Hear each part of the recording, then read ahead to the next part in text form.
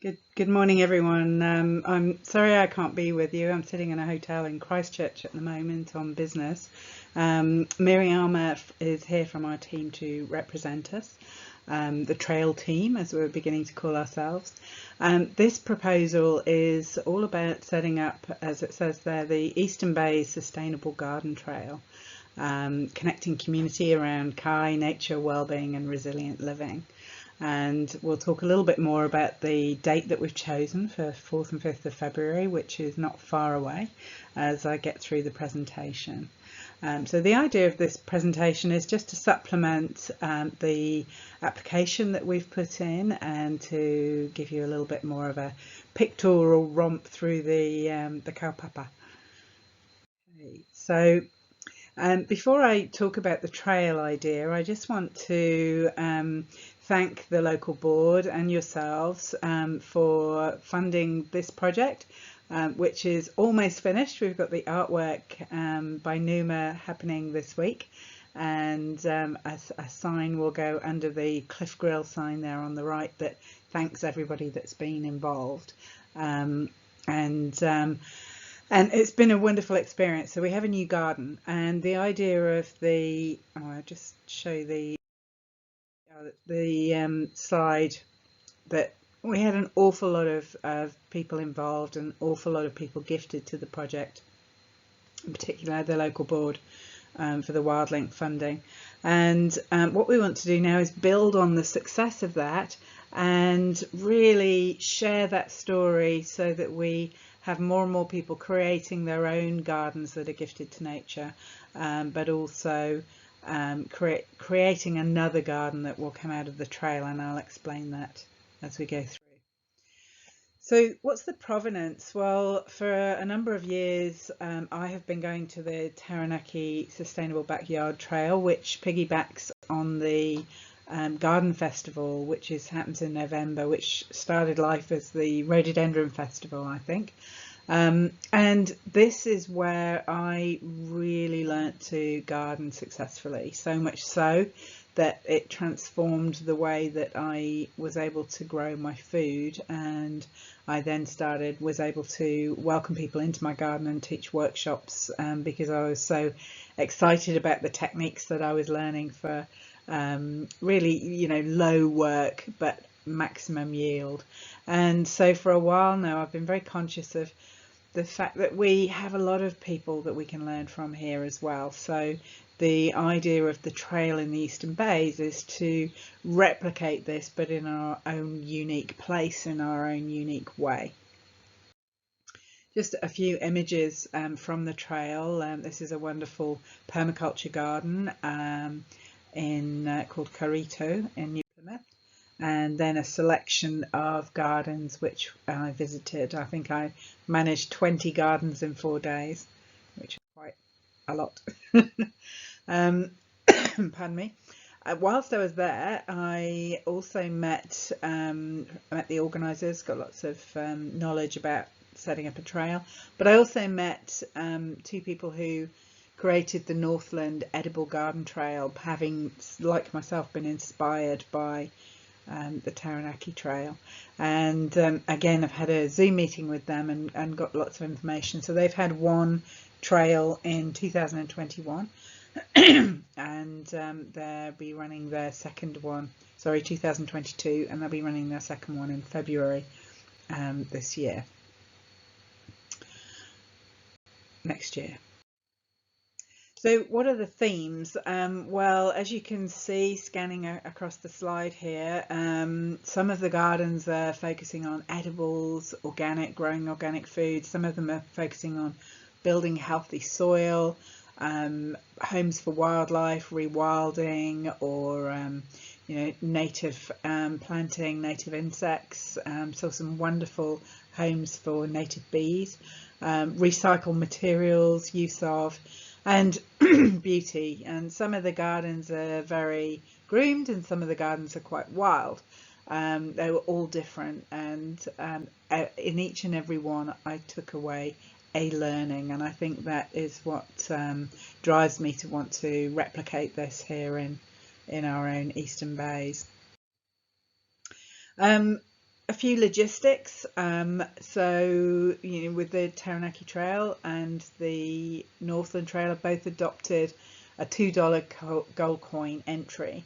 And whilst that was a bit odd going to the bank to ask for a load of $2 coins, finding a bank that was open, it does take away all of the bureaucracy that sits around ticketing. And so our team has suggested that we keep going with that as well. And obviously we'll need to follow a few rules, and we've had our first meeting already last Friday, and the fingers crossed that we get the funding. We want to really hit the ground running, because February the 4th and 5th is not that far away. So the gardens so far, we're lucky enough to have a wonderful selection of gardens that have agreed to be part of the trail, and I think there's still more that may come out of the woodwork between now and the actual date. Starting with, the Ngāti Whātua beautiful Marakai on Keeper Road. Hopefully someone is in the audience, Cheryl I think it is, that's just taken on the community garden. If you would speak to Miriama, and we'd like to get you on board. We've got the flowers from Felix Puri West Cemetery, which is Miriama's brainchild there, and Meadowbank School has now agreed.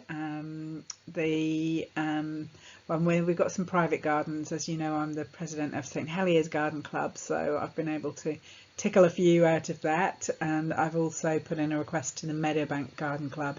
Tumji Tamaki Urban Market Garden is a wonderful market garden which is sprung up on Elstree Avenue, Lucy Pierpoint, and then my own garden will be part of that. That's Wadham Vale Garden for Wellbeing. And then down by the wall, we've actually got a cluster of 3 gardens. We've got the Living Wall, Rhodie's Small Garden, and Rosie's Small Garden, which will be a nice little cluster, and maybe it's just a $2 entry for those 3 because they're all tiny, but they tell you what you can do in a very small space by the sea.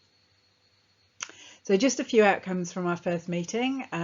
Why February? Well, we really want to celebrate harvest, whether that's harvest for humans with tomatoes, pumpkins, etc. And this is a good time for that, or seeds and food for wildlife. And historically, the Heroic Gardens Festival was February. So we're also filling a niche that doesn't have very much going on there garden-wise, because everything seems to be crammed into November. If you try and go on a trail, you'll know that you'll miss 4 or 5 others because they're happening at the same time. Terry Moore, at the recent meeting we had around volunteers, let me know about John Sutton of Fresh Concept, and they have been fantastic. So they've come on board really quickly with a proposal, and the costings are there in the budget in my application. Volunteers will need, so Remuera Lodge are keen to, that's the Freemasons Lodge, are keen to come on board as a partner and provide stewards, and also through the volunteers network as well through Terry.